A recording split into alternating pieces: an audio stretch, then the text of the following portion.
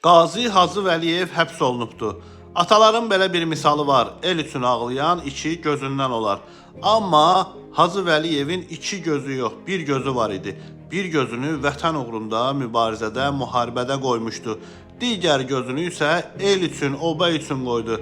Amma şərəfsiz yap hakimiyyəti, Əliyevlərin quldur polisləri dünənləri Hacı Vəliyevi oğruyublar. Ona cinayət işi açıblar.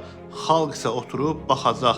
Bəli, bu narkoman, bu şərəfsiz, bu oğraş İlham Əliyev və fahişə arvadı Mehriban Əliyeva Azərbaycan xalqının qəsdinə durubdur. Baxın, Hacı Vəliyev bax bu kişidir. Bir gözünü vətən uğrunda müharibədə qoydu, digər gözünü isə el üçün mübarizədə. İndi qalıbdır xalq millətin ümidinə.